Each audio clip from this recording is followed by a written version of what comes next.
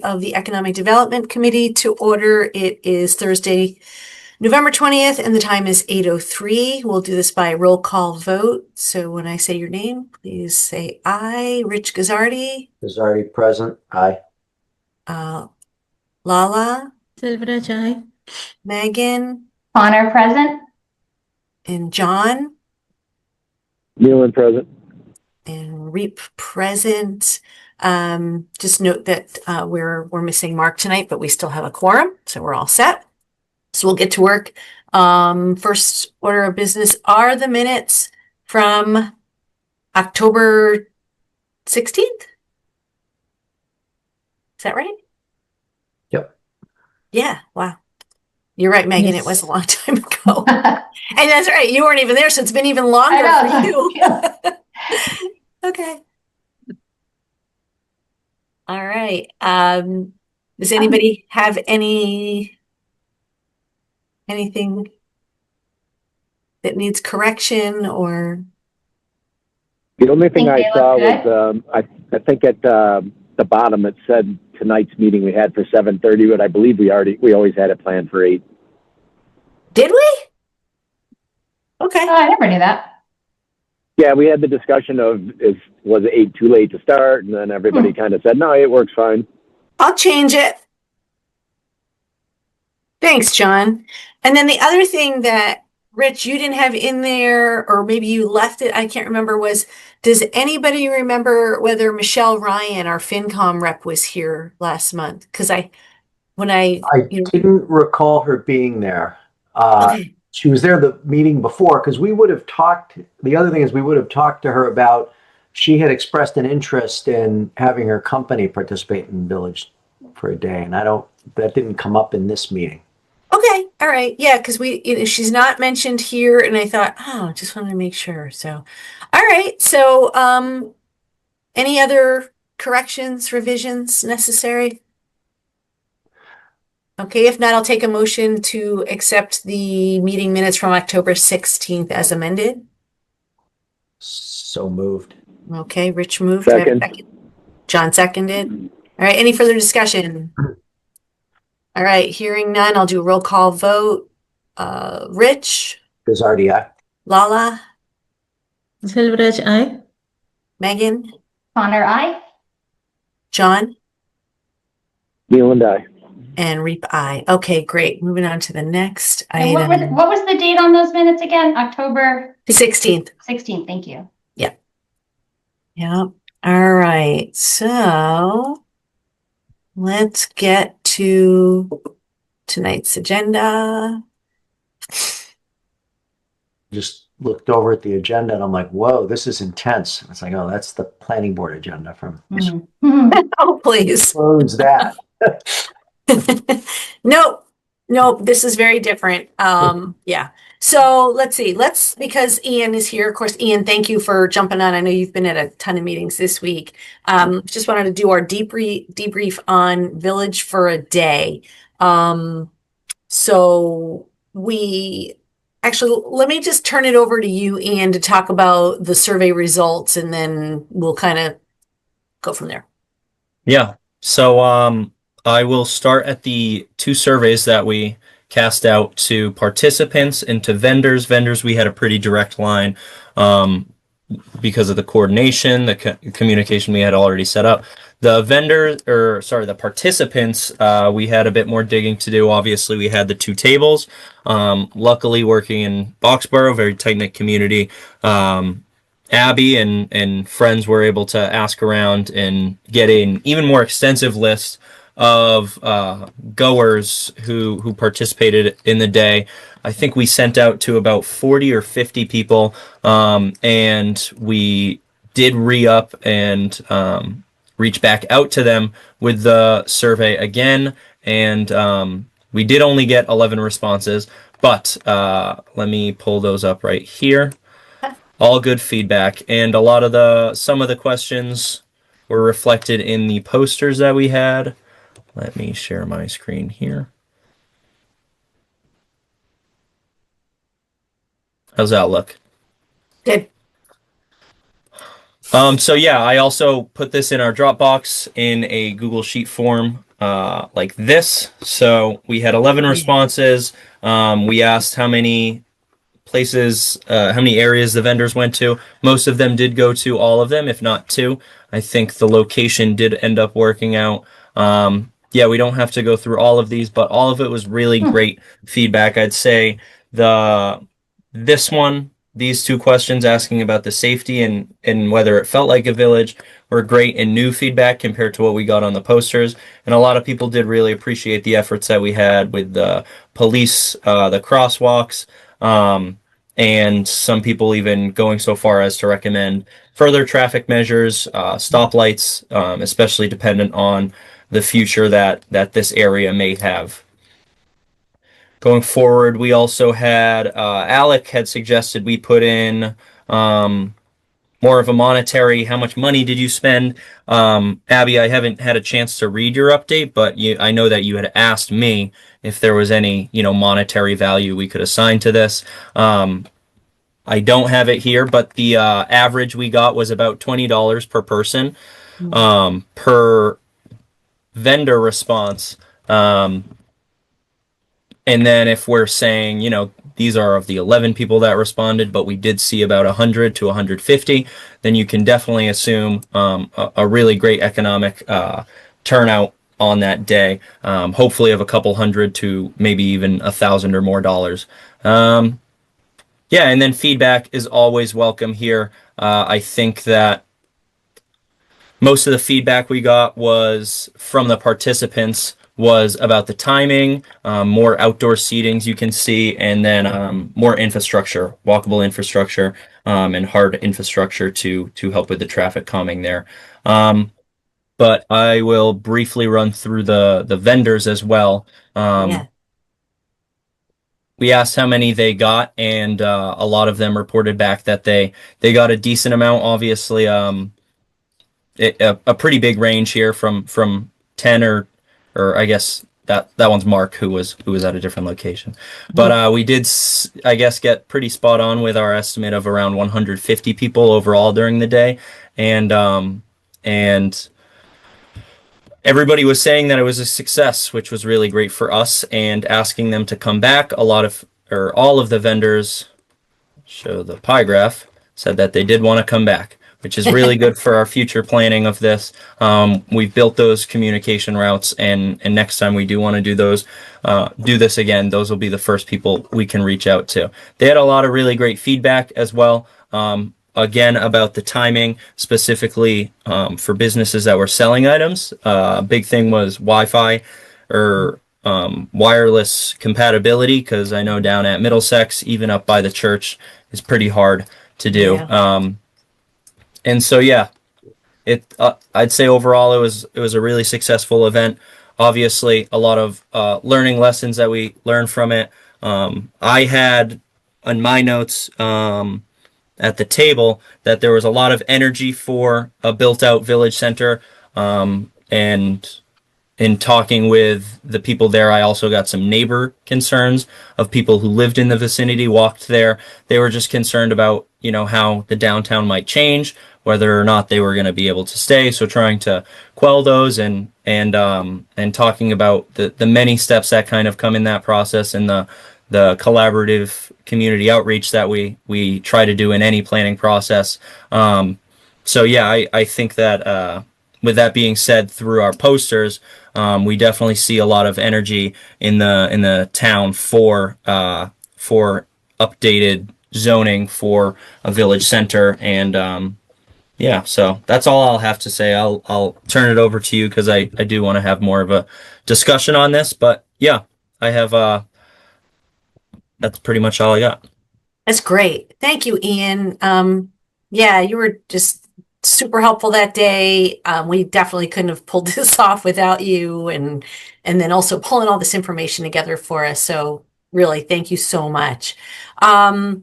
I just want to kind of ask each of you if you want to take a couple of minutes to talk about what your impressions were in terms of what was good, what do you think could have been better, should we do it again, and if so, what kind of other ideas that you have. So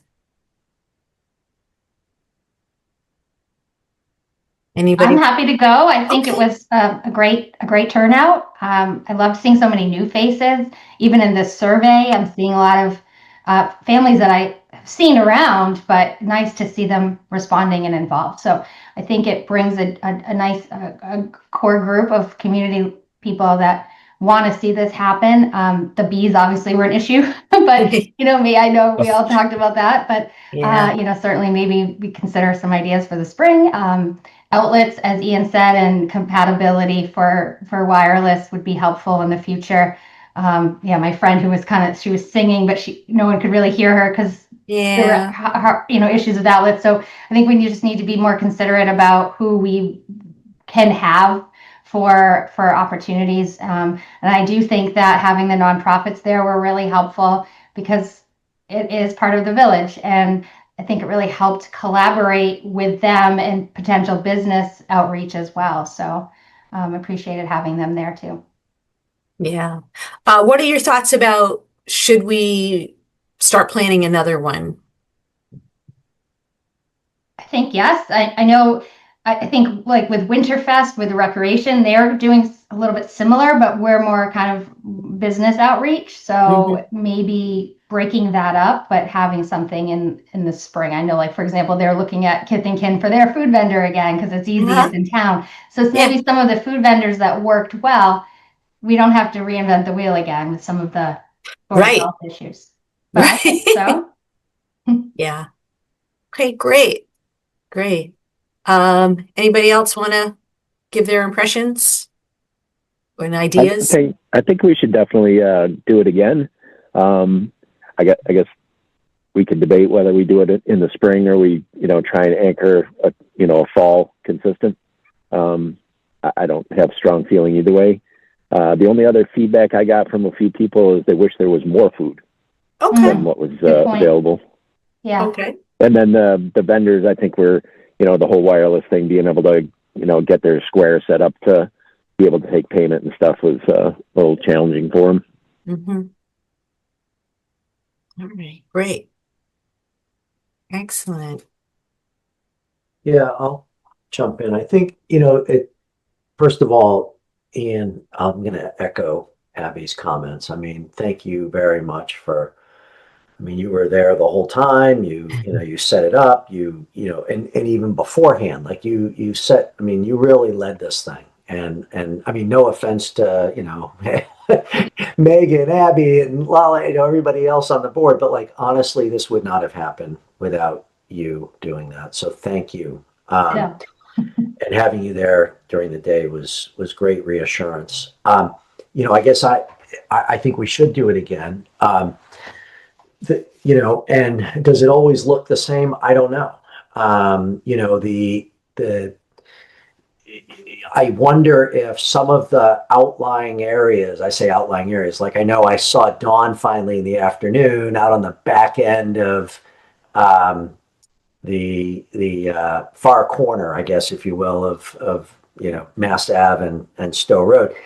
And I just, I think her feedback was it was great, but like it would be good to get, like, there was a lot of people kind of sprawled out there, and Middlesex Bank Plaza felt sparser from the outside, maybe because there was more space there. It certainly was busy. I mean, there were people coming through it. So, I guess it's, I like it because it created the sense that there was a village, there are businesses, there are nonprofits. Are they always there? Can you always find them? No. But does that start to create energy around those local businesses that are like, hey, I might like to be a part of this community, right? Mm-hmm. So it can create that kind of energy. So I also agree that there should be more food. And you mentioned it, John, somebody mentioned it, like that one food truck probably cleaned up. In terms of I'll say the food. I know, Lala, you had commented it was a good day. I'll let you sort of make your own comment. But, so I think there were a couple of places where there was definitely a robust business, but yes, having more food. I still like the idea of having a beer garden somewhere. I don't know how that integrates. This was very much demonstrating walkability. So we obviously have to work out some of the kinks on making sure that if there's a grandstand or a place where somebody's going to be doing performances. There's plenty of AV or, audio equipment so that people can hear, and having, maybe we need a hotspot for Wi-Fi. Maybe there's a, placemaking lights. I saw somebody put, does this go into the evening where the beer garden comes in? So I definitely agree. I think it doesn't have to always look the same, but there's areas where we can grow from this. Great. Thanks, Rich. Lala, your Yeah. thoughts? So from my business, I couldn't go out and see anything, so I have no idea what it was outside my shop, right? But I can say what happened for us. We just opened the door at 11 o'clock, and until 2:30, we didn't have any break. And initially my thought was okay, it is going to be open house. People will just come. We'll talk about about our business. We will be giving samples. That's what all was my idea, but nothing worked out because everyone came for drinks. Weather was really good. So 3 people, we would just keep doing drinks. That's all what we did until 2:45. So, and also we sold enough chocolates too. So it was kind of even out, I would say, in terms of how much the turnover was. But it was good to see so many new people at the same time. Same old customers keep coming back again, and they said when we have to come for this, we know you will be open, and we just came for just that. So there were so many comments on that. And again, about the internet, I think it's very important that next time we should have, otherwise it's going to be more difficult. And also someone mentioned to me that there was not enough seating near the food truck. There was no place. There was no Yeah. enough garbage cans were there. People actually came to Middlesex Bank Plaza to put the garbage. So they said when you have to walk, we cannot just walk with the food, right? You have to sit and eat somewhere. So they came and they used our chairs on that day. We were okay with it. But this is all the comments that they had. It's very hard to hold the food and find a place to sit. Good point. Yeah. Yeah, I can see that. Yeah, many were sitting inside our shop, some were sitting outside our shop. It was just Right. one day, we would just let it go. But for future, we should plan something to have. So it's very comfortable for people to come, right? Yeah. It, Yeah, I was Ian, it gonna. might be worth looking. So there is a Mass Commonwealth Places grant program that we originally thought we'd go after, but we didn't really have the venue or the thing. But this is exactly what that grant is intended for. And we could say, well, we need chairs, we need Adirondack chairs, we need some tables, we need some lighting, and it's not huge money. It's we need $5,000 to go buy these things. It would be worth, Ian, making a note of that and seeing when does that, because it's on a cycle with the One Stop, as I recall. So it'd be worth seeing, is there an opportunity? Maybe we need a data hub for internet. Anyway, it's something I think worth exploring. Another option with seating is for Winterfest. We've always asked the DPW to borrow a lot of the picnic tables that are over at Flara or at Liberty, and they put them in the truck and we borrow them and then they put them back. That tends to help a lot. I think that's a good idea. That will make the more village feel it's not too just, yeah. I feel that's a good idea. Yeah. I honestly, I think it was great. It was the first time we did it. Everybody that I know that was there gave very positive feedback. One of the things that I realized really early on, because I was at the Middlesex Bank Plaza to start, was that we could do a better job telling people where to park. They didn't know that they were to go to the back of the building to park and then walk around. So early on, people were trying to park, in front of Middlesex Bank. So that just got a little dicey. We just kind of have to, but I think those are really small details. And this is what we're going to gain with experience. Yeah, we need more places to sit, and yeah, we need a Wi-Fi hotspot. Rich, I like what you said, that if we do it the next time, it doesn't have to look the same. We can think about another way to set up a village. And again, it doesn't have to be the same. I think we should start, kicking around some ideas pretty soon.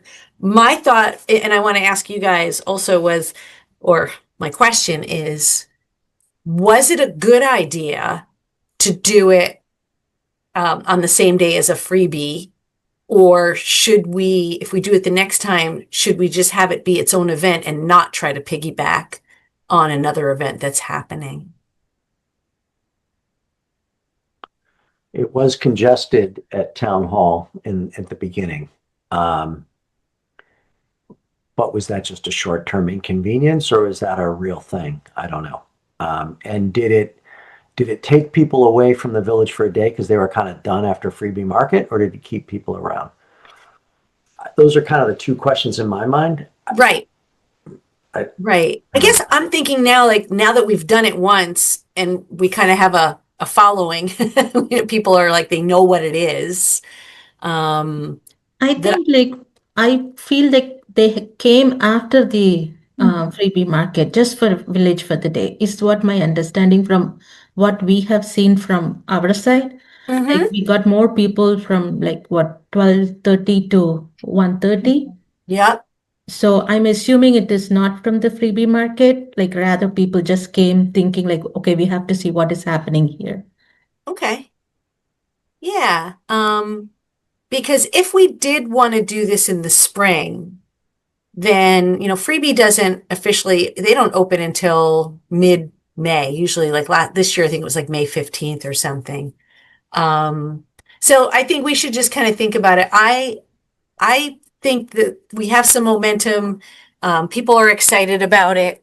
In the next month or so, we'll know a little bit more about where the fire station is going. We can kind of start to think about a more concrete concept for a village center. So I do think we should try to, not tonight, but pick a date in the spring. And I guess we just have to decide, do we want to do it with freebie? Should I reach out to the freebie folks to see whether, what their thoughts were, like whether they'd rather not have us do it? If we don't do it on a freebie date, then we'd have more space up there at the church because we could use that space in front of the community center as well as the lawn. So it would be more expansive. That's a possibility. So just, something to think I about. think that's a good idea to ask those folks if that worked well. I know a lot of them, or it was kind of tricky with setting up because we couldn't sell things because it was technically free, and I don't know if that was logistical causing a lot of issues or not, but or if it provided more people. But maybe ask them.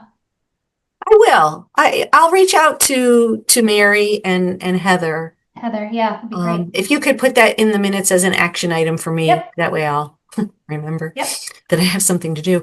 Yeah, I am feeling like a spring, if we could try to get this event twice a year. I know it's a lot of work, but again, I think it just helps us build momentum for what we're really trying to do. So, and if we can't get it in the spring, we definitely don't want to do it in the summer. So we'd have to wait till next fall, and that wouldn't be awful either. But yeah, let's see how it goes. When is Run BXB?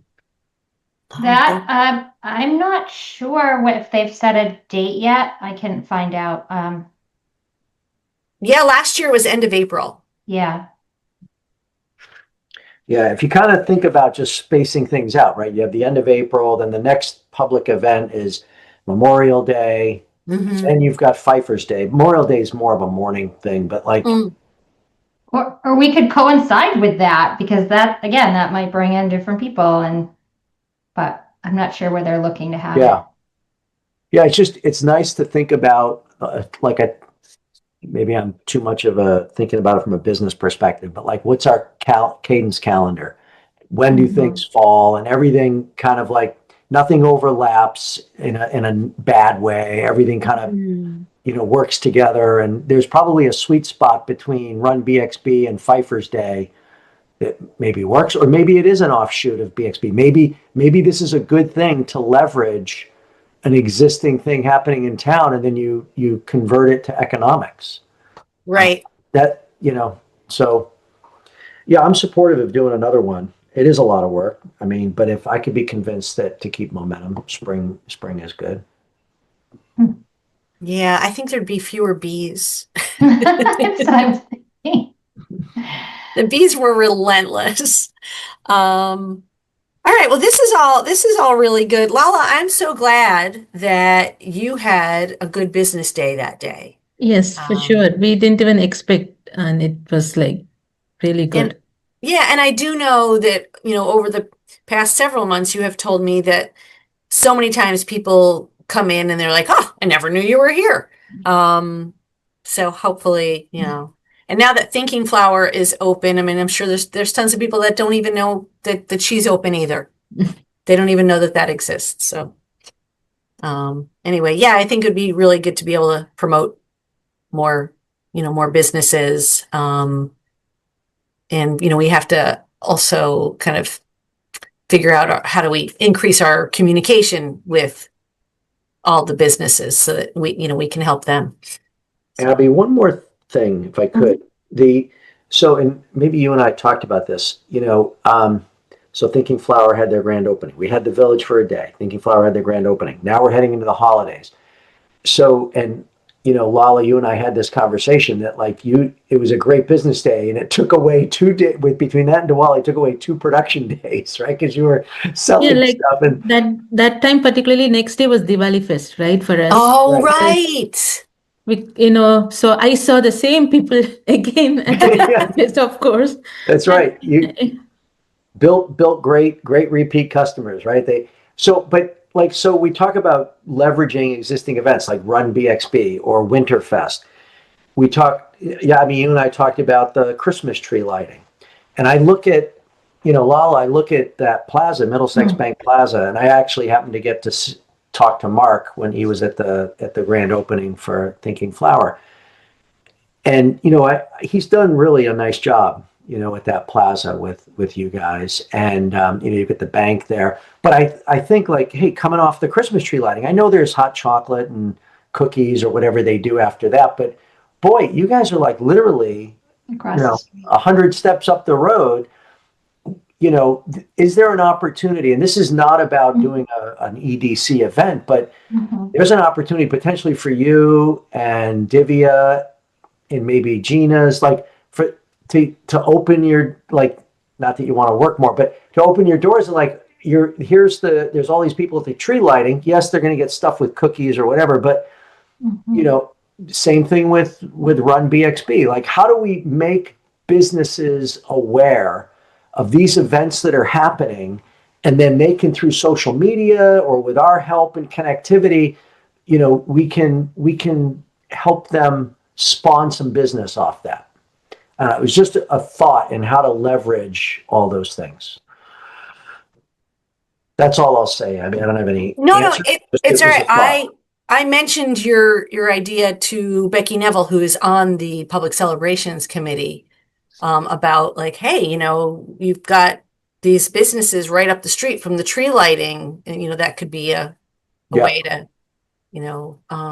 to help those businesses, to encourage people to walk up the street there. But It's kind of like the West Acton Village Stroll, where they have the tree lighting and then people go walk around after to their businesses. I like that idea. Well, maybe that's something, because I know right when I joined the EDC, Kristen Hilberg was on, and she had talked about a winter market. Talked about, maybe I could rent an empty storefront in the Middlesex Bank Plaza, at the time there was one, and do a winter market kind of thing. And so perhaps we consider, because we got plenty of time to plan it, we could do an outdoor thing in the spring, another village for a day to test the walkability, but we could also consider a winter market. Yeah, and I'm thinking, how do we connect these things? For example, Boxborough Conservation Trust probably does land walks or trail hikes.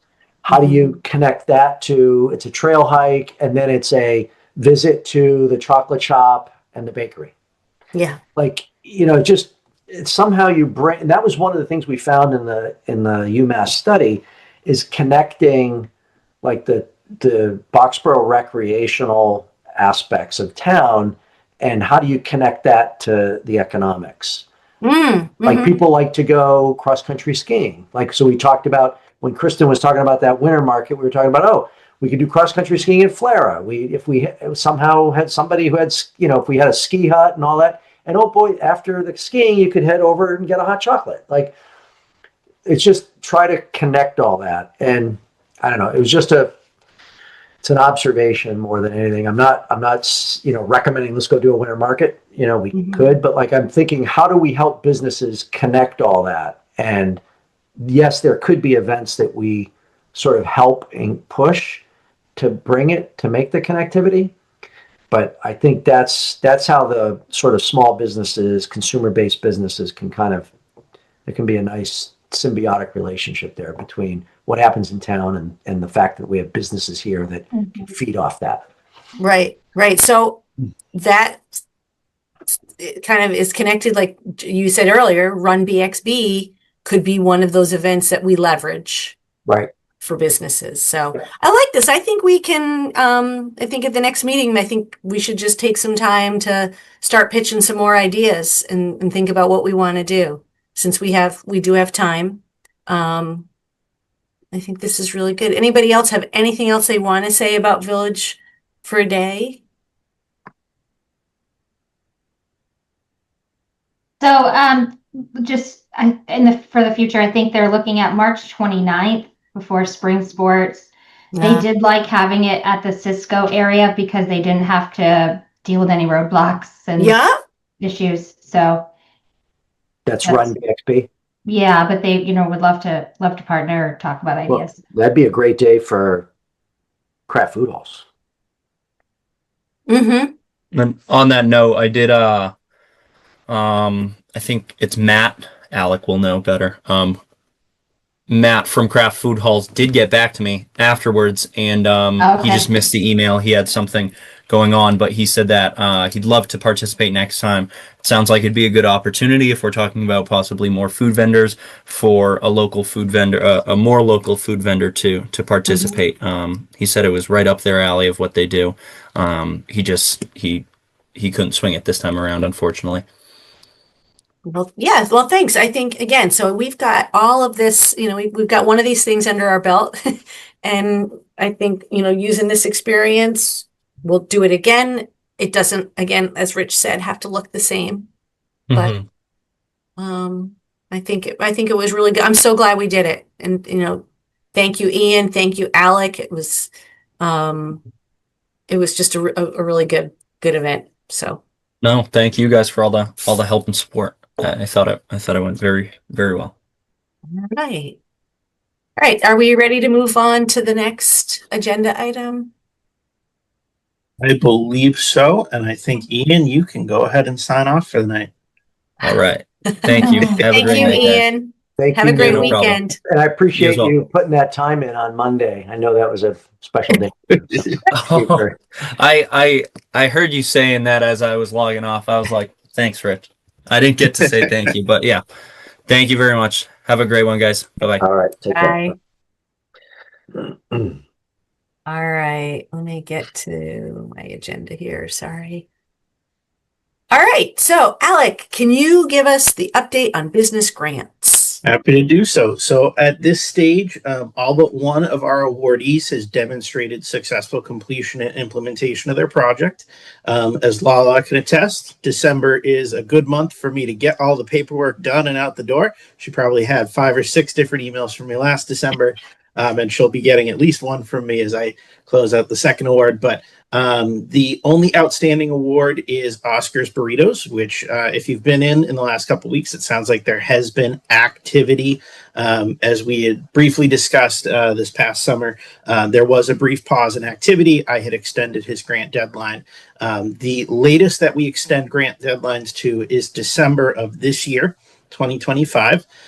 So anything beyond that would require authorization of the board. we can take ARPA funds into 2026. That is allowable. The Treasury's guidance gives us through 2026. However, the terms of the NOFA that we had originally announced only go through 2025. So anything beyond that would take direct authorization from you as a committee. I am going to get in touch with Oscar, get a timeline and an update from him. And should he require anything beyond December 30th of this year, he will be attending your December meeting if you have one. If you opt not to have a December meeting for any reason, then we will take that into January, and I'll get the paperwork out the door, just stick my neck out a little bit just so that we can get to that next milestone.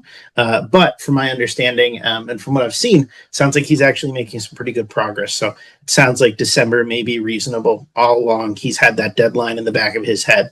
And as many of you are aware, he already spent the majority of funds on the water treatment system, which was installed on the second floor, the most major piece of infrastructure, the rest of it being light construction work on the first floor.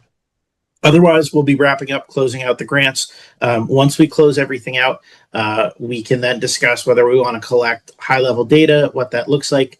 Abby and I have had a separate discussion. She's already been collecting some of the data and information on actual yields, whether that's employment or otherwise, which is good information to have, especially if you potentially in a better fiscal year. But if you do want to bring this program back on a local scale, we can really put some meat to it, because it sounds like there were some really great demonstrated achievements and successes because of this program, beyond just the new business that was launched, the new infrastructure that was provided to our existing businesses, and the new methods and models that some new businesses or existing businesses are able to undertake. So.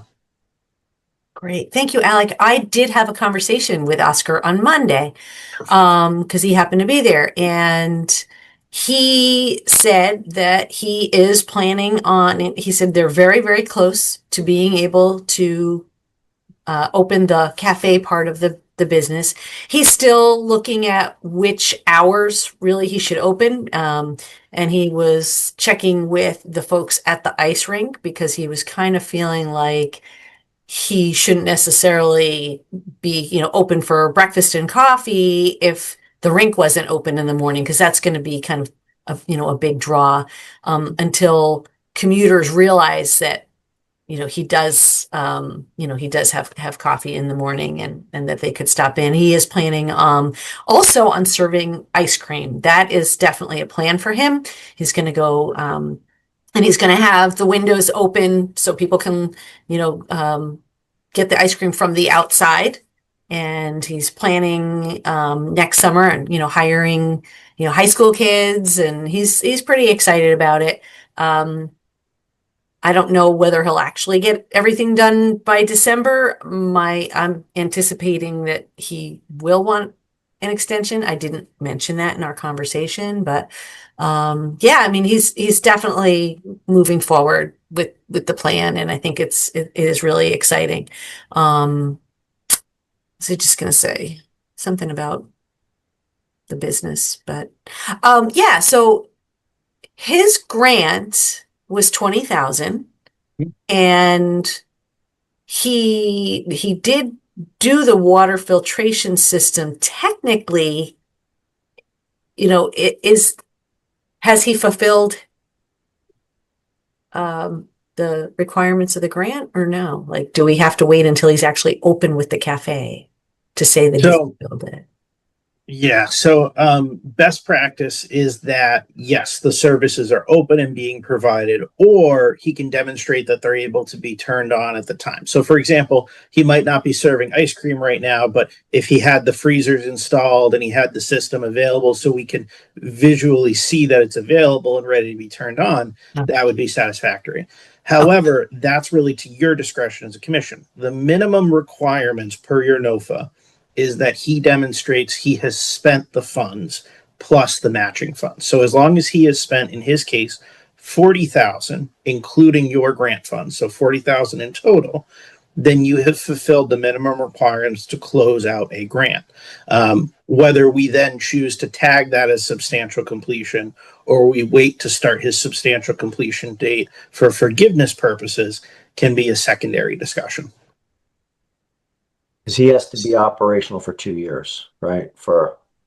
Correct. To receive full forgiveness on the loan, the business has to demonstrate that they continued to provide the services that were described in the NOFA, or if in some cases they might choose to deviate. For example, one of your grants was specifically a hiring component. If they needed to pause employment and restart at a later date, or they needed to go in a different direction with the employee and offer different services, they can come before you and justify why that might be. But ultimately, it's 2 total years offering services in some form. Okay. All right. Great. Okay, so yeah, Alec, if you could, touch base with him and give us an update, that'd be great. Sounds great. All right. Super. So that one's going to be coming off of our future agendas. That's great. All right. And Alec, can you give us an update on the Rural Development Fund grant? Absolutely. So everyone should have received this by email last month, but we were successful in our application to the Community One Stop for Growth, specifically for your economic development plan. As a reminder, this grant was to fund the economic development plan to be completed by our regional councils of government. This award is $60,000, but it was matched by $15,000 provided previously by the regional councils of government. So in total, a $75,000 plan at no cost to the Boxborough taxpayers, all funded through regional and state dollars. A component of this award letter, as you can read right here in the middle, was compliance with the MBTA Communities Act.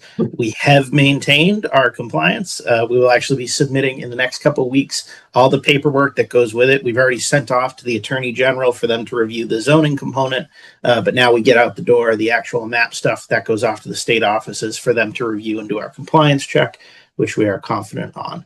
The additional item that is included is your scope of work as MAPC prepared it. So this was prepared based on the feedback that we had provided them, the different methodology. It is subject to revision and change. So as of today, I've completed the pre-contract forms with the state. That's just to reserve our place in line so they start working on our contract. I expect late December, early January, they will give us a copy for Mike, the town administrator, to sign. Once that is returned to the state, they'll give us a go-ahead within about 2 weeks. I also gave our town accountant the authorization today to create the reimbursable grant account. And in the meantime, you and the team can reevaluate this scope of work, decide whether you want to make any revisions or changes. And a component to this application as well was inclusion of the Diversity, Equity, and Inclusion Committee. So we should talk about how we ultimately want to engage them in the process. I've talked to a couple committee members, told them about the scope of work we prepared. And overall, I've heard good, positive feedback, but not a substantial conversation of how we're going to engage them in the planning process. But this was a strong selling point for our application. And I think in 2025, it makes sense for us to really invest in this part of the component. So I think Boxborough's business community, as we learned through your grant program in particular, is just as diverse as Boxborough is as a community. So it's important that we're doing the best practice to ensure proper engagement and proper consideration in your economic future. Great. All right. What do you recommend our next steps? Do we have any next steps before January? I would say between now and your December meeting, board and committee members should review this scope of work, should consider whether they want to make any changes to it. I'd recommend sending me any markups between now and your next meeting, just so that way we can bring them all to the table, discuss if we want to make any changes. I think this was well thought out. We took several meetings in 2024 developing this, so I am confident that it'll hold true. And the other thought process is how we want to engage the Diversity, Equity, and Inclusion Committee. Mm-hmm. Obviously, as we're coming out of the holiday season, we always say, oh, life will get quieter, it'll slow down. Never really does. It's always still busy. So my recommendation to the Economic Development Committee is to probably consider doing a working group or a subcommittee, perhaps 2 members of the EDC, 2 members of the Diversity, Equity, Inclusion Committee, and we could rotate those individuals. So maybe have 3 of each, with those 3 rotating 2 at a time. So that way, no one person not the whole group is trying to schedule and contend the different schedules to get secondary meetings. But I think the direct working relationship will work well. You do have until June of 2027 to spend all funding, but I expect that you'll actually conclude this work probably around October or November of 2026. Okay. Who else other than the Diversity and Equity Committee do we need? I mean, when I think of an economic development plan, this has broad reaching, right? This is like, should there be someone from the select board, FinCom, housing? Yeah. It can really be to your discretion. The way this was scoped out and applied, you are in the driver's seat. You have complete jurisdiction on that. So if you want to consider additional members to tag into the subcommittee or working group, I think that makes all the sense in the world. Typically, when I have done economic development plans, you include 1 or more members of local banking institutions. So you might want to outright invite, whether it's a branch manager, a financial advisor from Middlesex Bank to come participate in the process. They're always excited to know what's going on, know what the trends are, but they also offer valuable advice on what they're seeing for the future of lending and markets. Additionally, including a couple business owners is always a best practice, always a great idea. I want to stress that this isn't so much about including boards and committees so much as including your economic makeup. So think about what goes into that. If you think there's a board or committee that plays an important role here in Boxborough in your economy, then yes, absolutely include them, but focus more on the economy itself. Yep. That makes sense. Great. Anybody have any other questions regarding the grant? And Megan, for the purpose of the minutes, if you could indicate what each of us what we're supposed to do in terms of. Yeah, so I'm just reviewing putting this. in the next steps, including Okay, great. including the Village for a Day reach out. Great. Yeah. Putting those kind of at the end so that everyone can see that all together.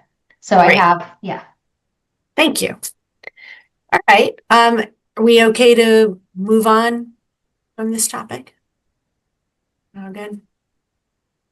All right. Alex, so are you saying like we should maybe assign people to reach out to DEI or?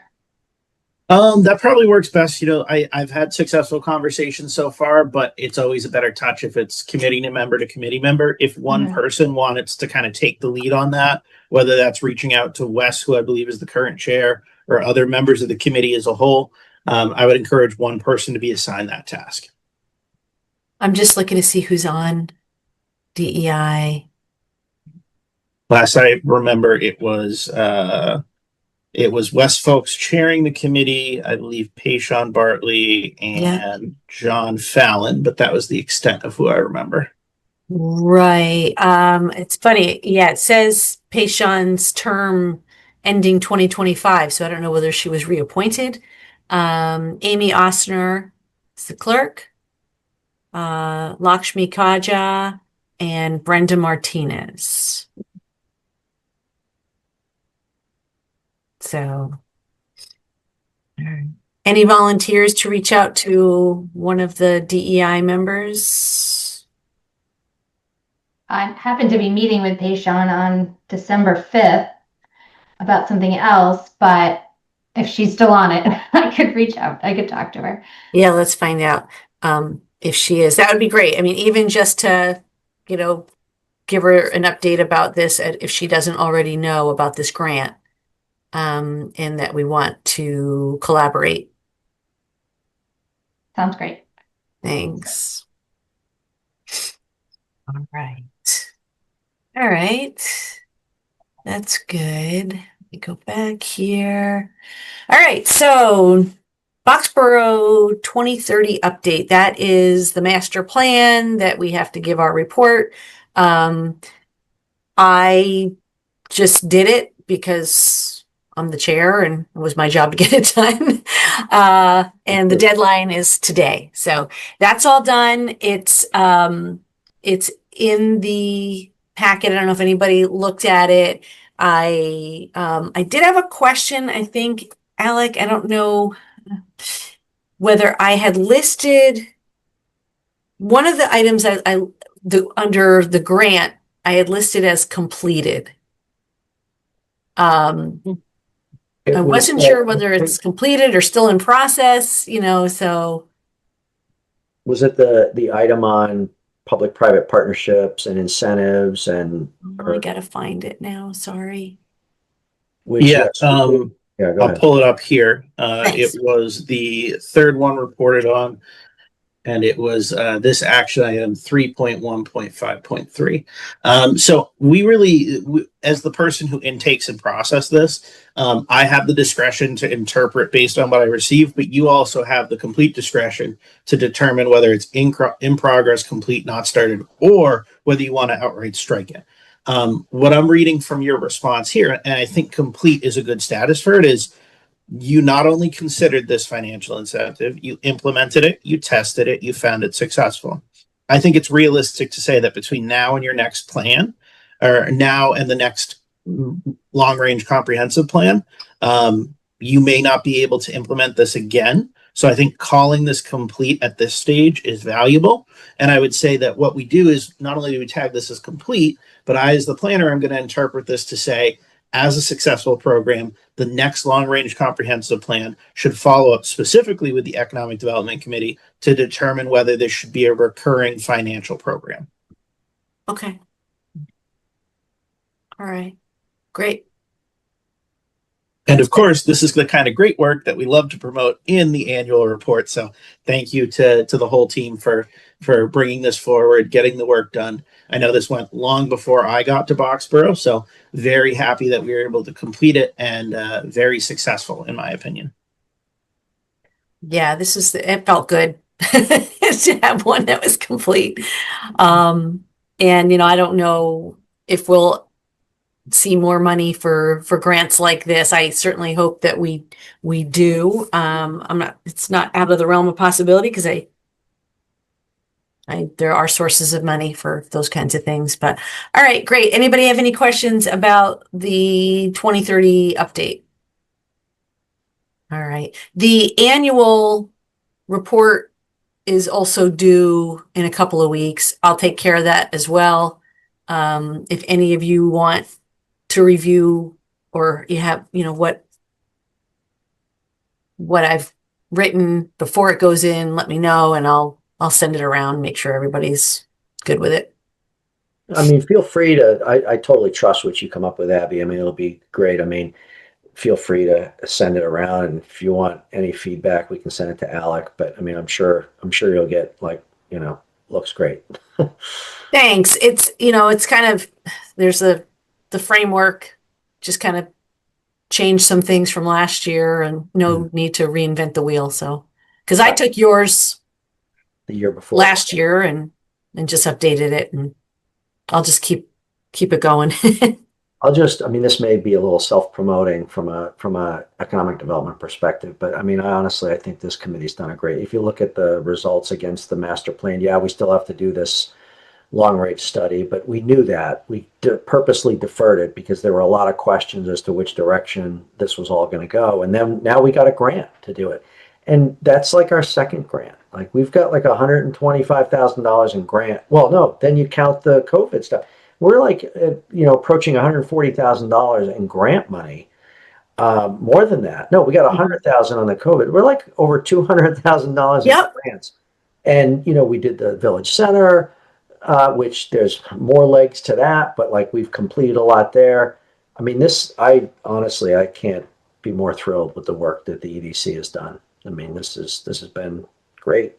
Yeah, I'm feeling pretty good. Everybody.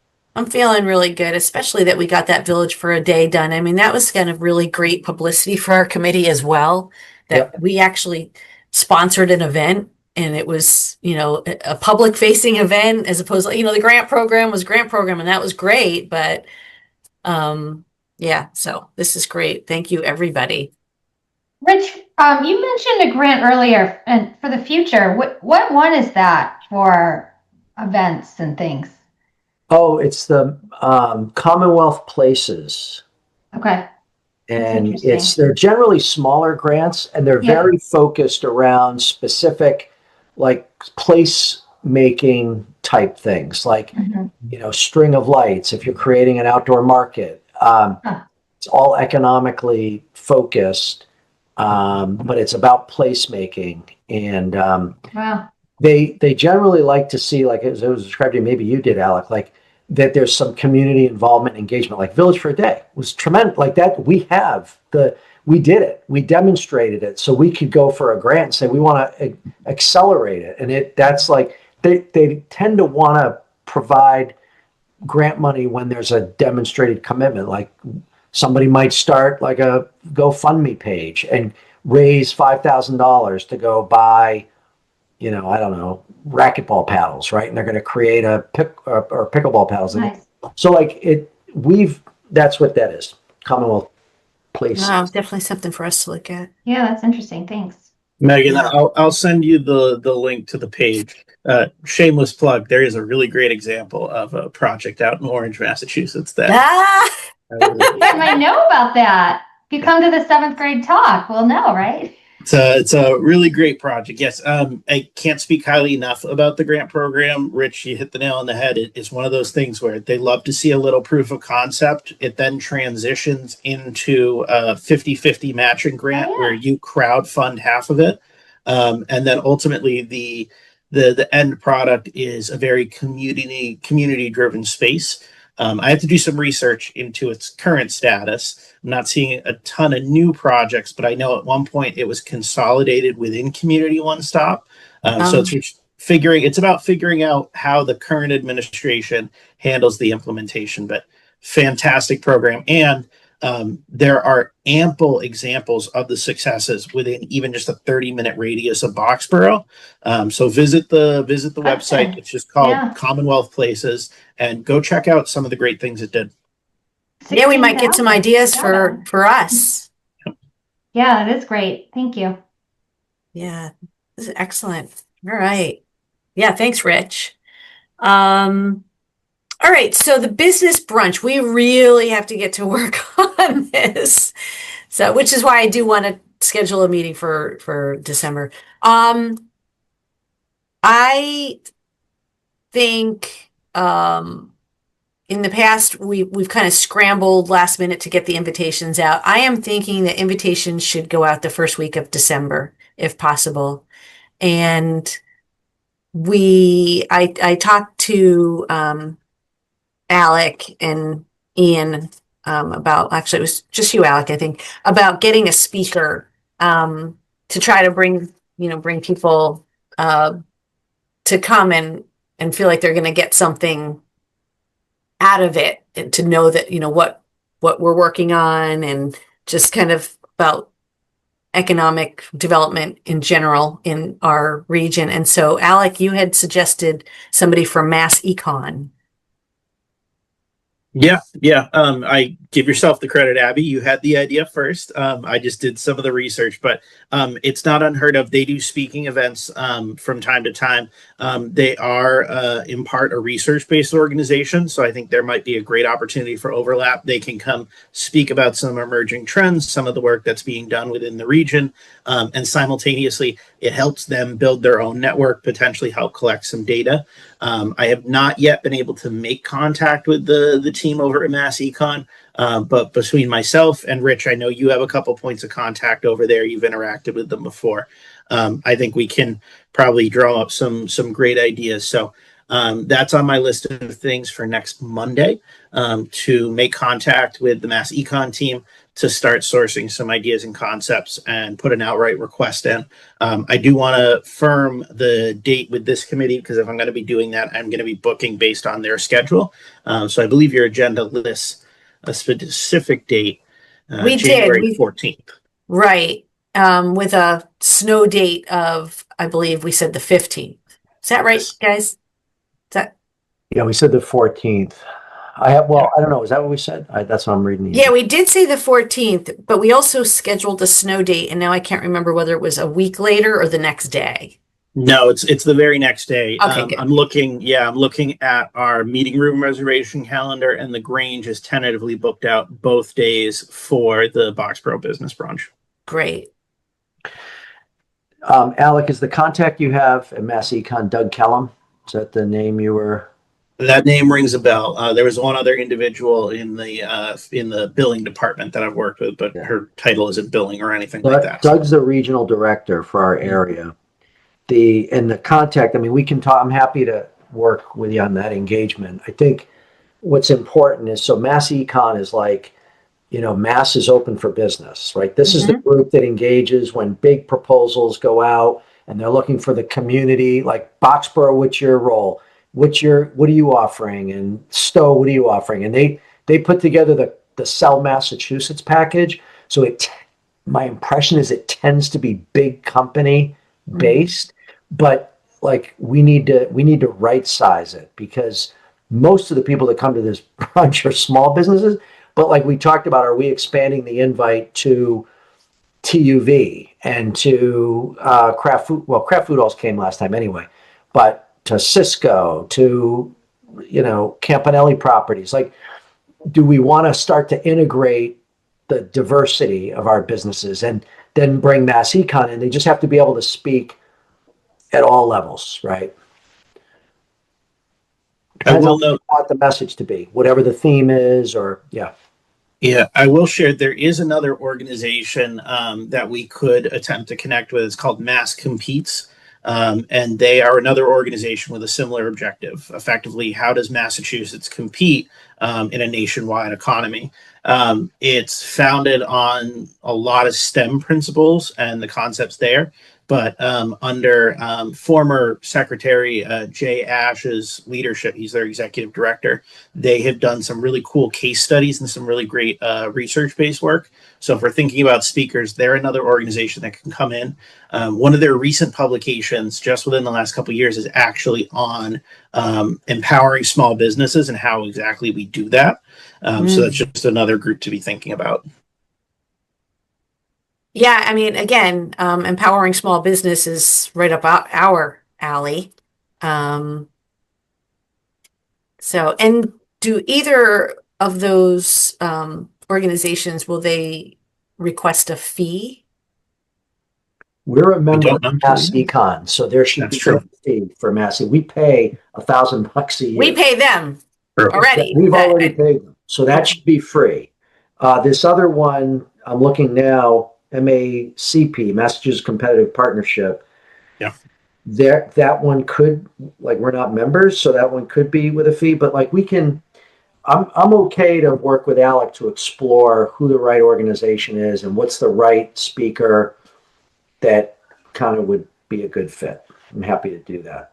Thank you. I definitely feel like we should we should line somebody up to speak. I know we had originally talked about Sharon Rooney from Tie and Bond to talk about our village center, but I'm kind of thinking I felt like if we want to attract different types of businesses, not just like the small businesses, we should maybe go a little broader, but I'm open to suggestions if you guys think it should be Sharon.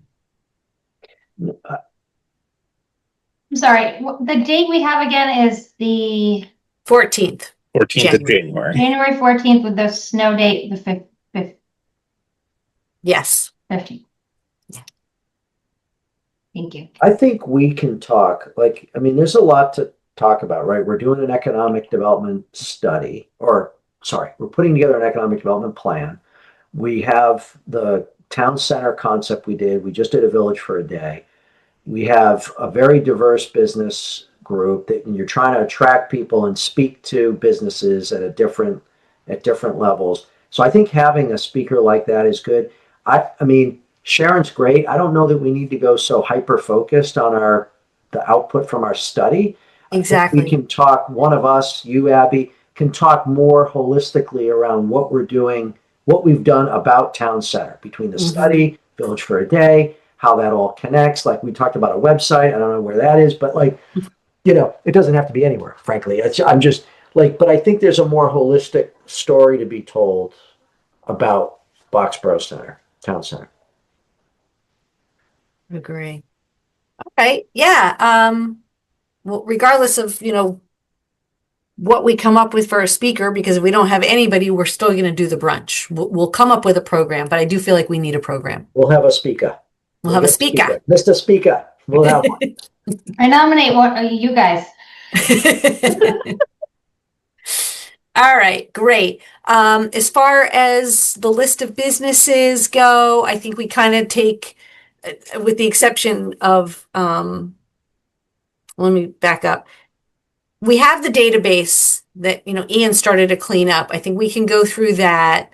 Maybe I could ask Ian to, send that list out again. We could all kind of go through it. But I also thought that we should consider inviting businesses that are not in Boxborough as well. If you, have any other thoughts on that. What businesses? Well, what about even like the West, like are you talking like the West Acton? Like there's that new illuminated berth. There's all those small ones. I don't know. Yeah, I mean, if we want to focus on small businesses that are, outside of Boxborough, I think that could be worthwhile. But I think we should cast a pretty wide net because in the past we haven't had great attendance. And I know there's like the Acton Coffee is new owners. Yeah. Now, maybe just people that are kind of coming in and maybe showcasing that Boxborough could be another place. Right. Businesses. I don't know, like it's tricky though, I feel like. Yeah. Lala, what do you think? You're a local business. We're going to invite, I don't know, is there a chocolate shop in Acton? I don't know. what do you think? There is.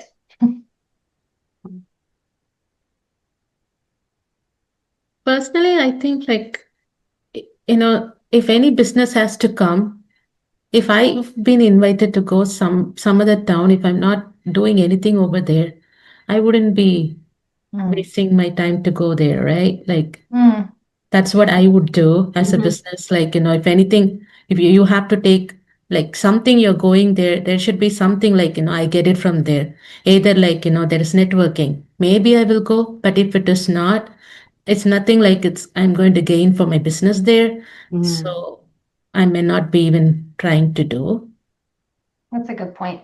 It is a good point. Then perhaps we just focus on Boxborough businesses, all sizes. I think that is the best way to do it, at least. We need to. It can get complicated. The last time we did it, because the first time we did it, we had like property owners and like people from New York came in with their, 3-piece suits.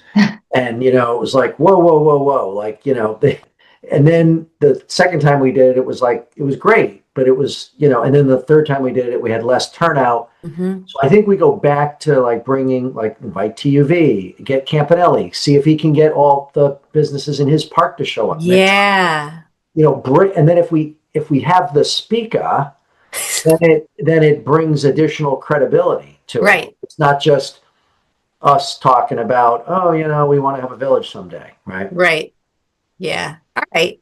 I can work with Ian on that database list. And Alec, how were the invitations done last year? Were they mailed, emailed? I don't recall. I know we tried to collect email addresses at the brunch and I don't know that we got all of them.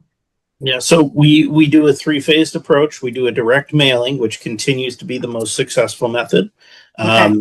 The mailing rate takes within 2 weeks for them all to hit the inboxes around this time of year.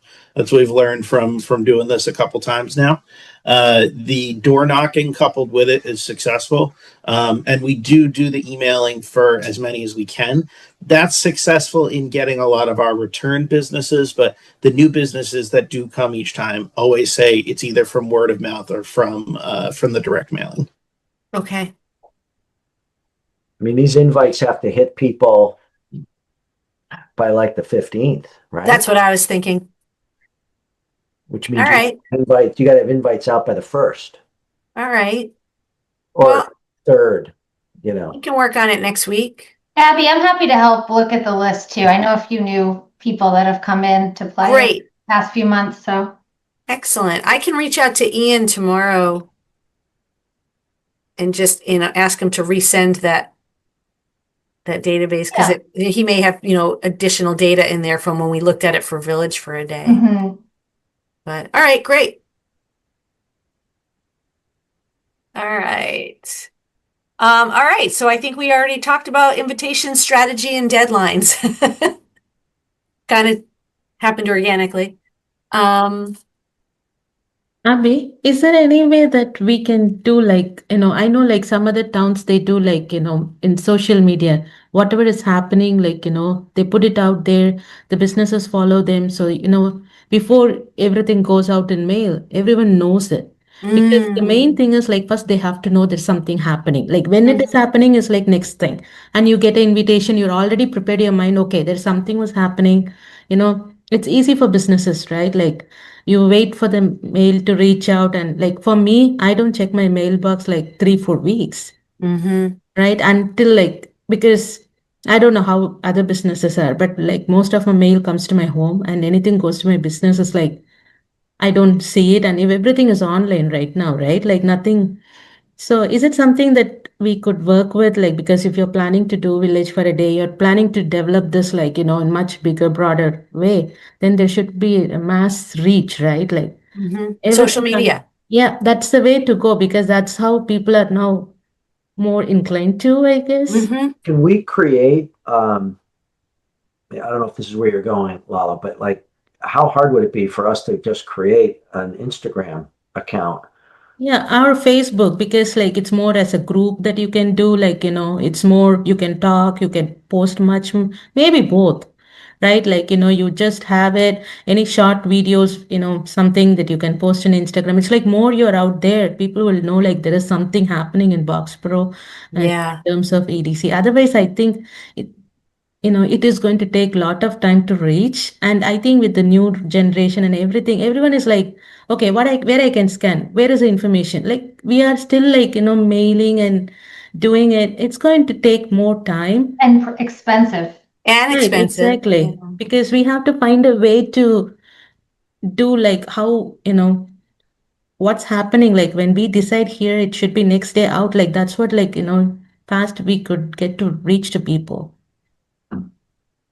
Yeah, I mean, I'm thinking just even setting up a like simple put like, Boxborough Town Hall on it, Economic Development Committee, or some economic picture, like maybe your plaza, Lala, like some economic picture. And then, Something that it says that it is, it's valid. There are so many pages for Boxborough. yeah, I have no idea which is what, but there should be Yes. something which is like maybe we should get like, there is this validation that you can get from things like, something to do it so that way people know it is legit, it is what it is, rather than like just many Boxborough pages. Like, how do we, if we were to set something, can we, I guess where I was going is, can we set something up in the same amount of time it's going to take to get the invitations done, like within a week, that we have published, verified, and pushed out to, I don't know even know how to get to the businesses that would then follow us so we can so then start to communicate almost within a week.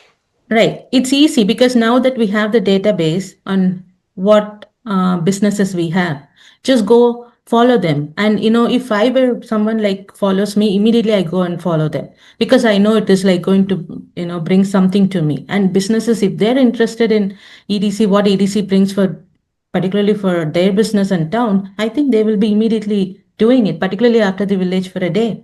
They will have more awareness of what's happened. All right. So, question, Alec.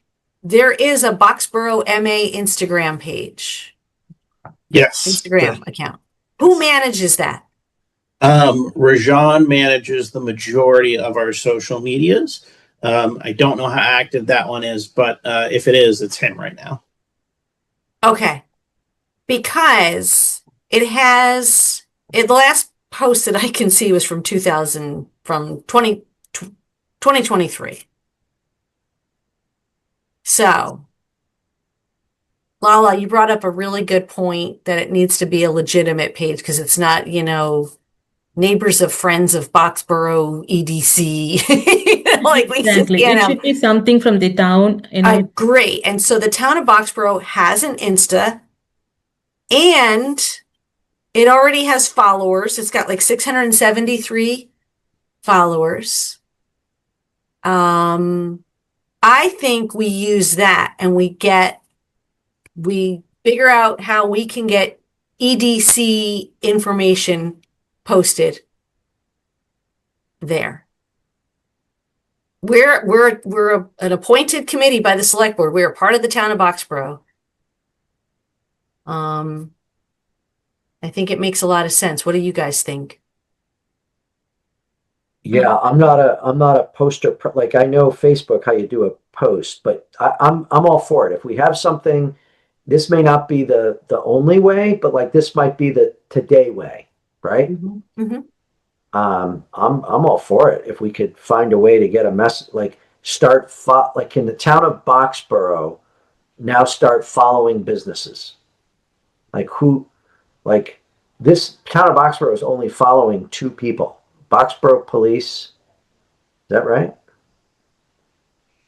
Boxborough News and Boxborough, oh no, following. Yeah. They're following AB Compass and Boxborough Police. That's it. Right. And personally, yet they have 673 followers, Correct. So like, including Flamingo Market, which just pops up, right? And that's a brand, and that's the new Grapevine. yeah, I'm all Two for friends. it. Like, why are we only following 2 people? Like, is anybody doing it? All right, so I'm not gonna. I guess, Alec, how do we crack the seal on this thing? Do we have to talk to Rajan? If Rajan's got the login info, it's predominantly him, but that doesn't mean someone like myself can't get hands on the login info. Can you or Ian tie off with Rajan? I just think that we need to be careful about us just, what do you call it? Take over? We're going to take over. Yes, that's called a takeover. Yeah. maybe somewhere we have to add the EDC, something to, change the name, to make it more, I don't know, like, It's too municipal, is what you're saying. right. Well, wait, are you saying that we shouldn't use that page? If we use that, I'm not sure what page we are referring to and how it's been used before, what information was put. If we are going to do, maybe change the name to something, because like if you're going to follow businesses and going to put post about what's happening, it is like it's same thing like what it was that page before, or it is something different. How like I see like if it's a new page and new everything, people will be more curious. If it's already there, you didn't post for 2 years, it's lying there and you're using it back again. I'm not sure. I don't know how it works, but. Well, my thought is, we shouldn't be the only committee that uses it. I mean, the town of Boxborough should really, I think it'd be really beneficial to be able to get word out, official from the town on there, unless we can get permission to get our own, but that seems like a lot to ramp up. There could be a policy we're breaching here, but I say to just do it and ask for forgiveness. I mean, this is the EDC. Like we're trying to market ourselves and this brunch, and we're the Boxborough EDC. I don't know. Alex, there's probably a policy that says we can't do that, right? I don't know if there is. In my 3 years here, have never come across a social media policy at the town of Boxborough. So if there is one, it's not one I'm aware of. I will say that at one point I had scoped out an intern to specifically do a case on social media uses for communities. We didn't get that off the ground, but at the time when I did do a little research, I didn't come across anything that would prevent it. I think it's a simple discussion with the town administration on guidelines that we need to be aware of, and otherwise from there, just build as we go.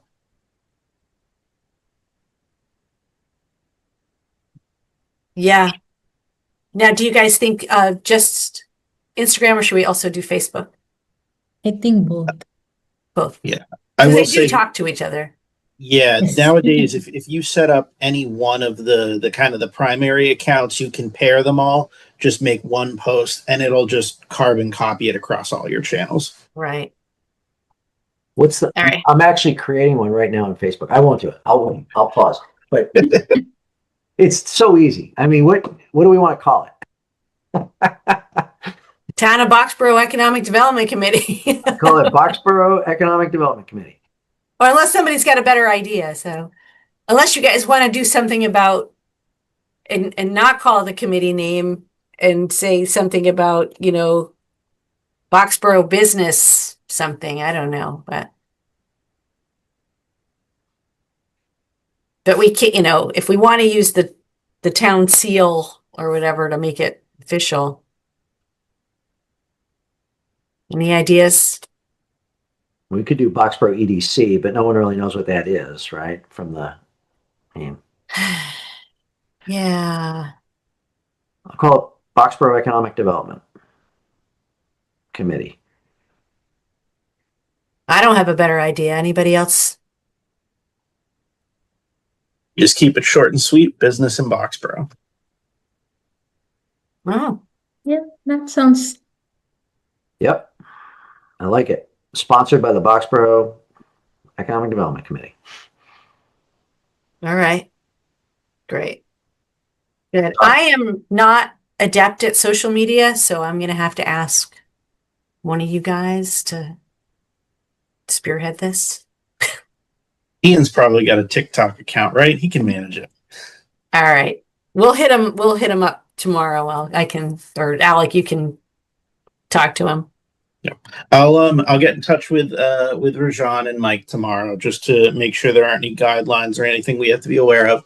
Okay. And from there, between he and I, we can scope out setting up a bunch of pages all at once. It's maybe an hour's worth of time, getting your branding and your initial imaging right. And then another quick plug for the committee. If we're going to go through this, something to be aware of is you can work on your page without turning it on to the public. A lot of times what businesses will do, or companies will do, is populate your first couple posts and then turn it on. So Okay. you've already been open for a while.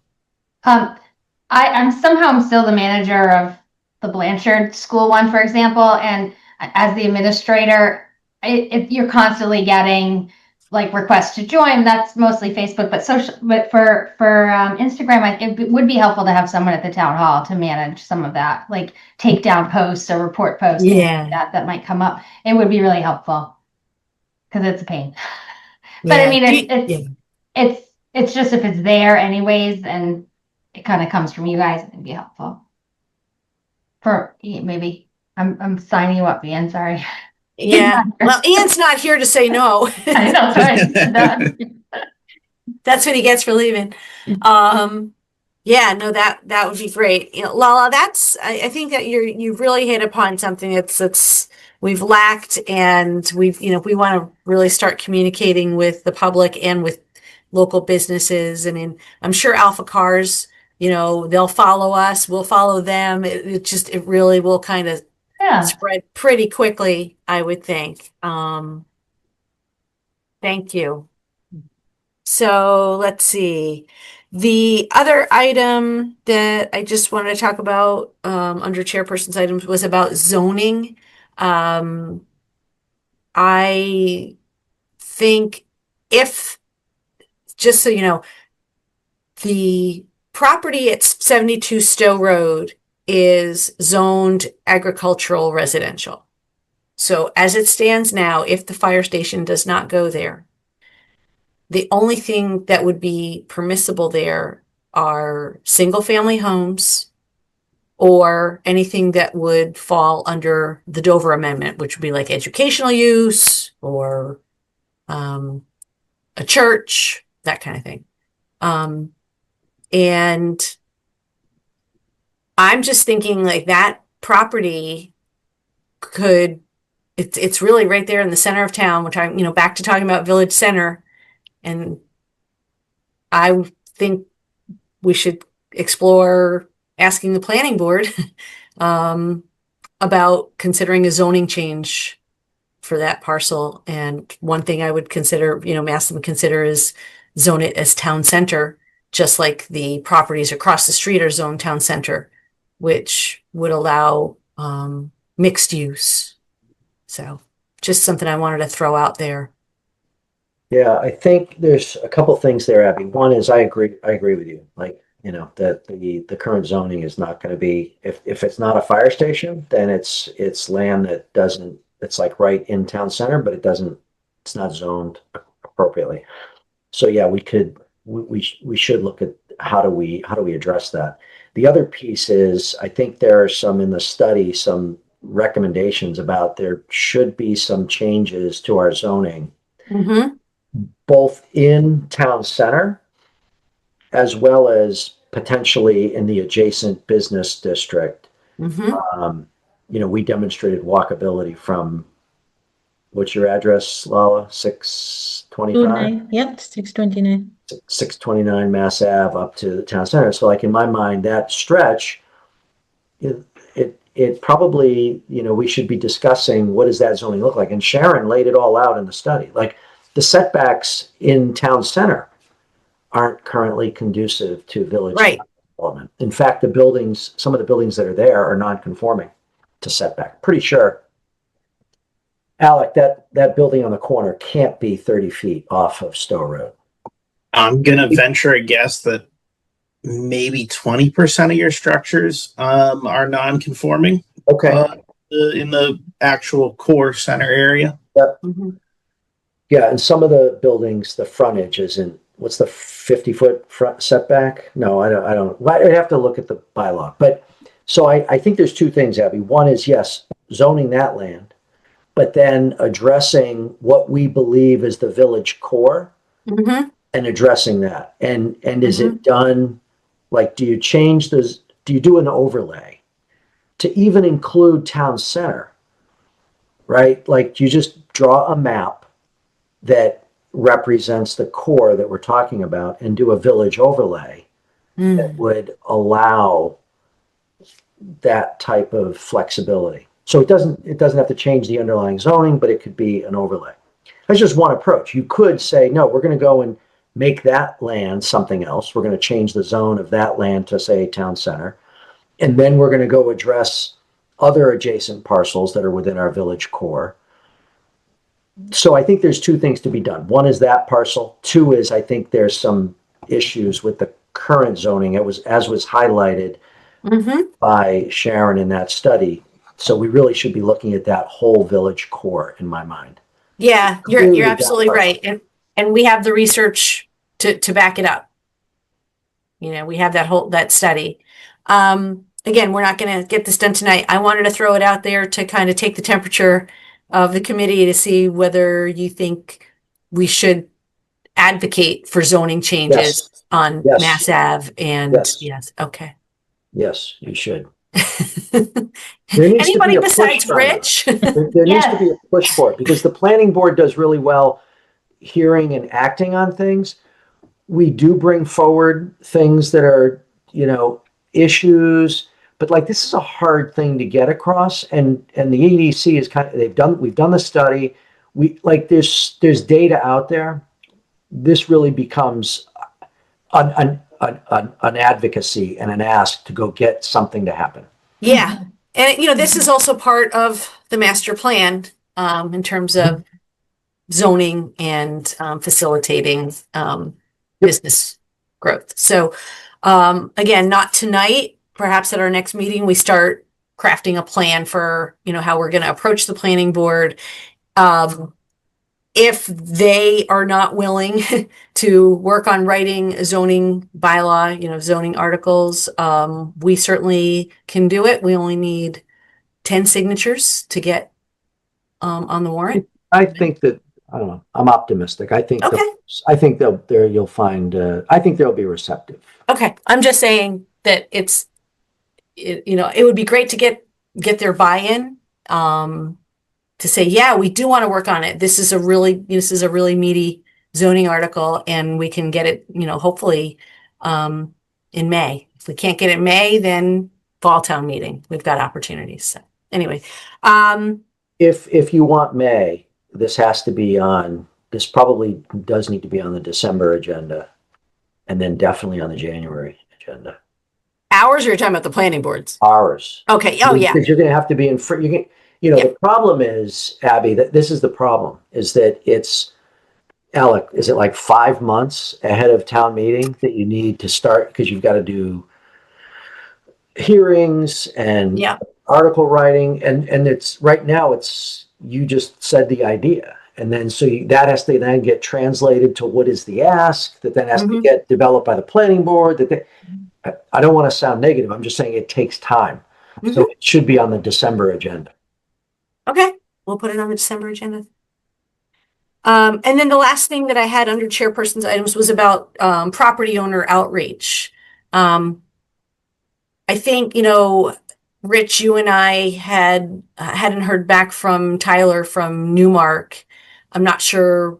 And just to fill everybody else in on the board, we were speaking with a broker just to try to get some land valuation data for 72 Stowe Road, included in the parcels of 61 Stowe Road and the 25 Stowe Road there, assuming that, because we do know Keith Lyons does want to sell 61, and now of course that the fire station building committee has taken off 750.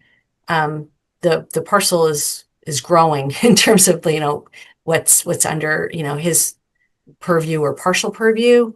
I think we need to do more outreach, again, either go back to Keith, or also, I know, I don't know what happened with Tyler, whether I did follow up with him, but it was crickets. And I mean, I could try one more time, but I do think we should still start talking to the property owners in the village center, just to kind of see where they're at, what they're thinking.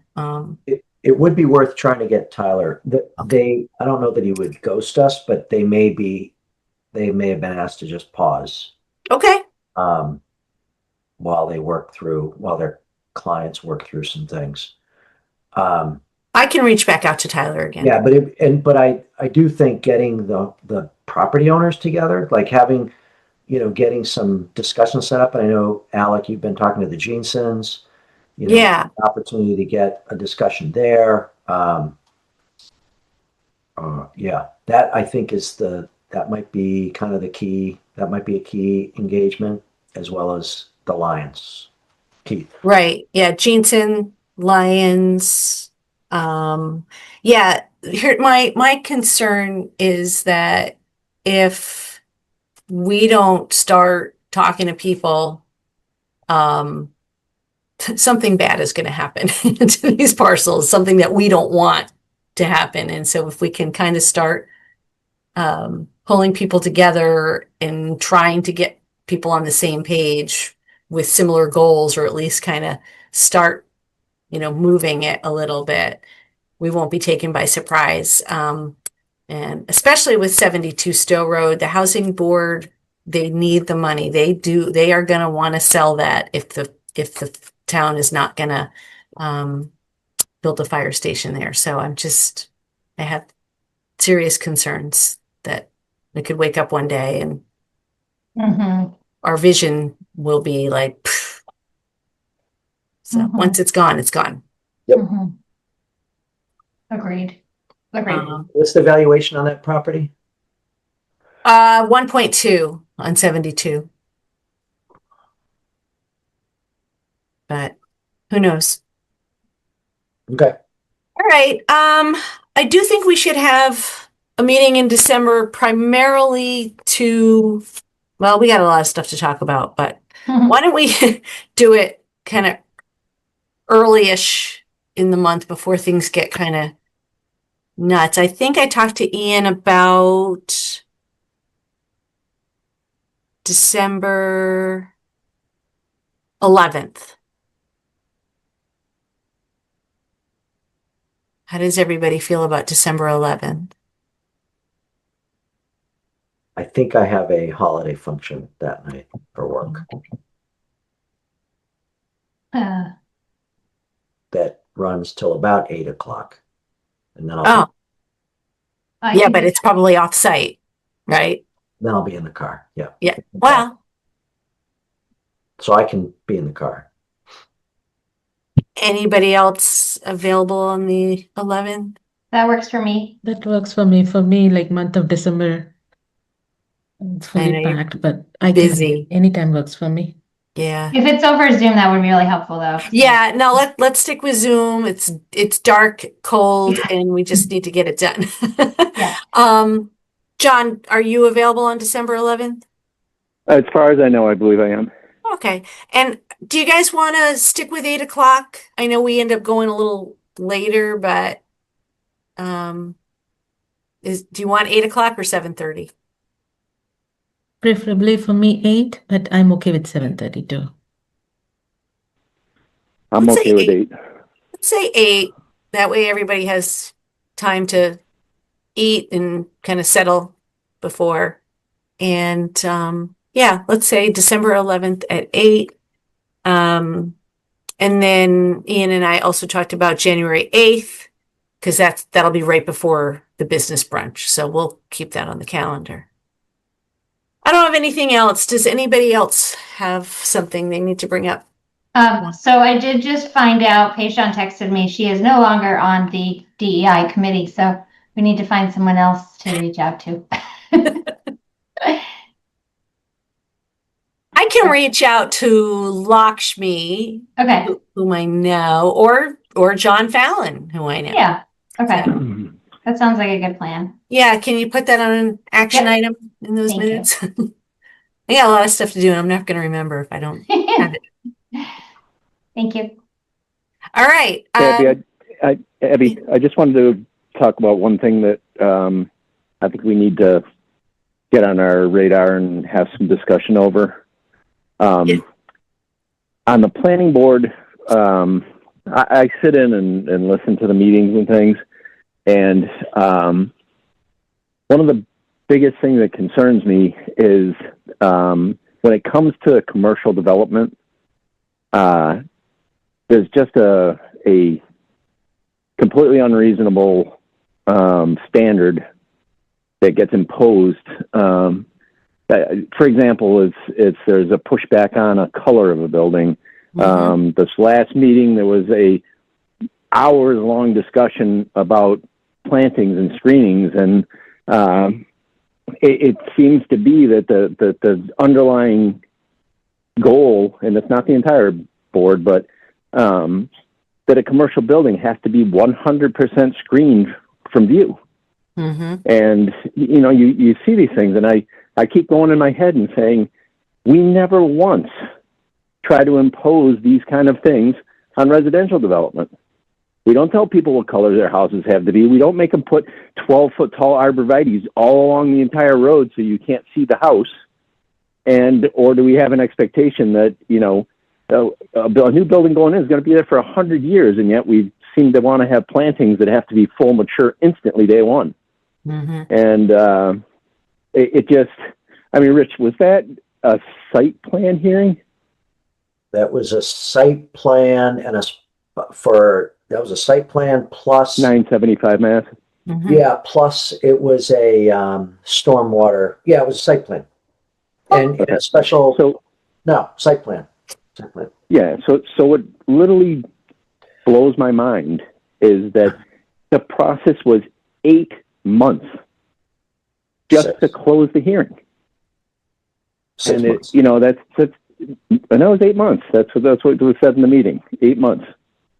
And you know, it just, even if it's 6 months, it's incredulous to me that I mean, that's an entire building season. And you know, so somebody with commercial property is your carrying costs, and you know, how much does it cost to have all their consultants and engineers on 6 months worth of meetings?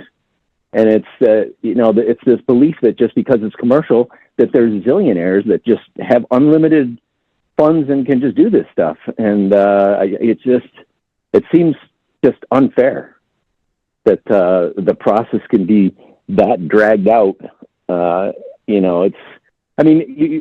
meeting, after all those months of talking and everything like that, it almost devolved into that we're going to rescind how big the building can be. It was agreed on months before. So I think that as a committee, we have to have some discussions, with the planning board, or advocate that some of this stuff, should be a little more streamlined or a little more reasonable when it comes to commercial property. Yeah, John, I think you should go to the planning board and speak for citizens. Well, see, this is the thing that makes it difficult, because I'm in a meeting, but there is nowhere for anybody in the public to just say, "Hey, I want to say something in your talk." It's like all of a sudden, it's like you have public discussion up front, and then it's all the discussion is within the committee. You should, or the board. So I'll take the feedback and I can bring it, but like you can certainly say like, hey, you asked that discussion happen during a hearing. Both, you get board opinion, you get public opinion, you go back to the public. That's something you could. That's a discretion of the board item, so that can be adjusted. Like that's not, I'll give you my personal opinion. I'm not going to give you the board view. I'll just give you my personal opinion. I think if these buildings looked more like Mark White's operation, I might be less concerned about screening. I don't know what other people would feel, but that's probably something as a town we need to get our head around, is what do we want Mass Ave to look like? I was just going to say, I was going to comment about having experience with Liberty Field. I was grateful that the loan company had to have a certain height of trees that were along the playground. And I don't know, it just helps to have some of those criteria in play, but I can understand the perspective. They absolutely have the criteria, but the thing is that if I plant an arborvitae, whether it's 2 foot, 4 foot, 6 foot, or 12 foot, it's going to grow. But it's like the cost from a small plant to a fully mature plant is multiples. And so all of a sudden it's like, say you got to put 50 arborvitaes in that are 3 feet high, that costs you $5,000. But if you have to put 50 arborvitaes in that are 12 feet, all of a sudden it went to $25,000. And it's like the tolerance to say, everybody, you build a new house in a new subdivision and everybody's bushes and everybody's trees in their front yards are little tiny things. But another 10 years or 15 years or whatever, they look beautiful and they're full. So I think there's a balance there that, yes, you're asking for certain screenings and things like that. And I'm all for that, but it can't be like you have to install a jungle from day one. And the same thing, it's like, it keeps getting thrown out there that it has to match the surrounding areas and stuff. But, it's like designs change. If we did that, do we all got to put split log siding on our houses like they were in the 1700s? It's like the red brick was in the 70s. And then, now it's gray and white cladding with, high performance finishes and stuff. So, it's like, why are we locking ourselves into a look that happened maybe 50 years ago was good, but something new. So it's just to balance a reasonable stance versus residential versus commercial. Even Campanelli, when he was putting his building up, the comment was thrown out there is, I'm concerned for the neighbors because it doesn't look like the building next to it. Well, the nearest neighbor was 1 mile away. It's like, okay. So at the beginning of the planning board meetings, there is an opportunity for public comment. I think, as an individual, and you can even say, you're on the EDC, and so you definitely, and of course, as a business owner, you can express your concern with the way the hearings have gone in terms of what you feel are unreasonable conditions imposed on owners. I think the bigger picture is again, it goes back to zoning and maybe having design guidelines that pertain to Route 111, because we do have an issue with the way buildings look on Route 111. So I think it's worth it at the next meeting, just because it would be unrelated to, because they already they closed the hearing, they wrote the conditions, they voted to approve that. But I think you certainly should go to the next meeting and make a comment to that effect. Which I'm happy to do, but Yeah. it's a very general when you do that, and then a hearing gets into specific things where it would be nice to be able to say, hold on here, I want to comment on this specific thing. Right. But, right. And it's going through 6-8 months a year of wrangling back and forth, having, well, look at Larry White. They went on forever and ever and I ever. know. Came down to 72 conditions imposed on it. Mm-hmm. And then 2 of the members voted no anyways. Mm-hmm. And it's like, so how can you spend months and months and months saying this condition is okay, that's this, and just, know you're going to say no to it anyways. Right. My overall disposition is that I personally don't want to let let great be the enemy of good, or good be the enemy of, great be the Don't enemy. let perfect be the enemy of good. Yeah, don't let perfect be the enemy of good. And, frankly, Rich's opinion, the consequence of the Larry White situation is what we're seeing right now. Right. I agree. And, you can ask the neighbors, what would they rather have? And I think those neighbors were pretty good with Larry's proposal. Right. Yeah. Right. Anyways, I don't want to make this meeting longer. I just wanted No, everybody I'm glad that you think a little said bit. something. I mean, if we were to, the EDC could actually, write a statement or a letter to the planning board. But I think at this point in time, we would be, I think our best way to communicate with the planning board is through, advocating for zoning, advocating for on certain applications, just like we did on the open space commercial development permit, which is still before the planning board. I can't remember when their next hearing is on that, but in any case, it's, I don't know. Even that's tough to get on, because you're going to go and you're going to say we want to look at some zone changes, and I know you're optimistic, Rich, but the guarantee that's going to be back is our plates are completely full. We've got this, and this. We don't have the time to dedicate to it. Yeah. So I'll tell you, I personally am going to push forward, because it's on the agenda to do future articles. I am personally going to push forward the zoning change that I had brought up before, and which is basically to avoid industrial buildings, manufacturing large industrial buildings on Mass Ave, which the zoning allows today by right. Number one. Number two, to advocate that we establish some level of design review for buildings. Because fundamentally, my opinion is we were trying to make that building disappear, make it invisible. And it's like, we shouldn't be trying to make businesses invisible. You should want to see these businesses. And so if the building looked the way we felt was okay, then maybe we'd be less concerned about the height of the arborvitae.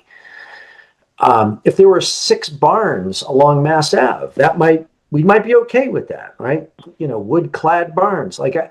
So I'm personally, John, going to bring forward the zoning change that I proposed before. I'm probably going to simplify it a bit, and I'm going to advocate for some level of design control. And I'm also going to bring forward a recommendation on town center, probably an overlay. But I got a little homework to do on that. So those are ambitious plans, and I'll probably get pushback, but a board like this needs to advocate for that. Yeah. Get off. Well, that's why I'm bringing it up, is that do we, just talk about some strategy? Certainly any individual could speak, but do we have, does it make sense of some sort of strategy by the EDC, to help that process? I'd say yes. So, Yeah. So, Rich, if you could, as a planning board member and somebody who is willing to bring forth the zoning, I mean, telling us how we can support that and and helping us strategize to. I'm the planning board rep. Yeah. Yeah. I'm your local planning board rep. But yeah, no, that's really good. And John, I feel your frustration with what happened at 975. but it's, that's the latest example, but it's, the same thing, the Campanelli process took so long that, Russ Dion, you could hear his voice almost shaking that they were about to lose their build to suit client, which is tens of millions of dollars, because everything is so dragged out and torturous. Right. Even guy for 975, he was sitting in a waiting room of a hospital. I know. At this meeting, and he's just like, just vote for God's sakes. He's just pleading with them. Yeah. I did talk to Alec today. There are rules about how long the planning board actually has, from the time they receive the application. Most of those clocks start when the hearing closes. And so the strategy always seems to be is don't close the hearing. Site plan. And then you can indefinitely postpone. Site plan has a specific date, like Alec can comment, but I think I don't know, Alec, how long do we have for a site plan? It's not tied to closing a public hearing, right? It's a date certain. We lost Alec. It's all right. I have my notes from my conversation with him today. So it is 65 days. You have 65 days to act on a site plan approval application unless otherwise extended in writing. Right. From application. So what happens, they submit the application, they have the planning board has 35 days to open the public hearing. And then they have 30 days to close the hearing, unless the applicant will sign off on an extension. So in the case of 975, there were 7 hearings. The applicant kept agreeing to extend. Because put yourself in his shoes. What else would you do? Other than last night where they finally declined last night to grant an extension. 7 hearings. If you're trying to build something and you're trying to have favor of the planning board, you're going to say, okay, I'll extend. But, should it take 7 extensions? No, it shouldn't. Before I got on the planning board, I observed that it's a hearing board. Too much of a hearing board, not enough of a planning board. And unfortunately, I have been ineffective in changing that. Well, I wouldn't say that, Rich. It's it's definitely changed over the last election or two. It's definitely better. I think it just and that's the thing. It's a tough job. It's a planning board is no cakewalk on any way, shape, or form. I think it just needs, if there's no feedback to them that this is too much, then that becomes the norm and it just keeps perpetuating. And I think it just needs to be, they have to think along the lines of the applicant too, and say, okay, I've got an obligation to, not bankrupt them and be reasonable at the same time. Right. Especially when it's site plan approval. It's not special permit. So yeah. Anyway. All right. Anybody else have anything they want to discuss? If not, I'll take a motion to adjourn. When's our next meeting? Next meeting is December 11th at 8:00. Yep. Motion to adjourn. Okay. Motion from Rich. Do I have a second? Well, second. John seconded. There's going to be no discussion over this. I'll sorry guys, take a roll call vote. Rich? Bizardi, aye. Lala? Silverage, aye. John? Neil and I. Megan? Connor, aye. And Reek, aye. All right. Thanks, everybody.